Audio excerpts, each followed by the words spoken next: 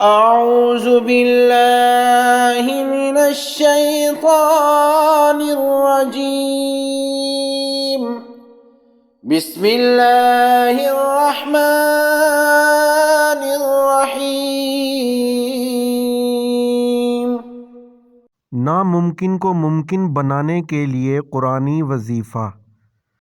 باوضو حالت میں سونے سے پہلے اول و آخر ایک ایک مرتبہ درود شریف اور درمیان میں ایک تسبیح یعنی 100 مرتبہ ان اللہ علی کل شیء قدیر پڑھ لیں۔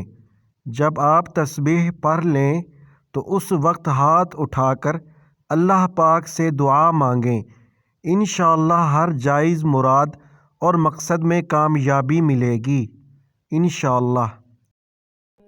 إن الله على كل شيء قدير إن الله على كل شيء قدير إن الله على كل شيء قدير إن الله على كل شيء قدير۔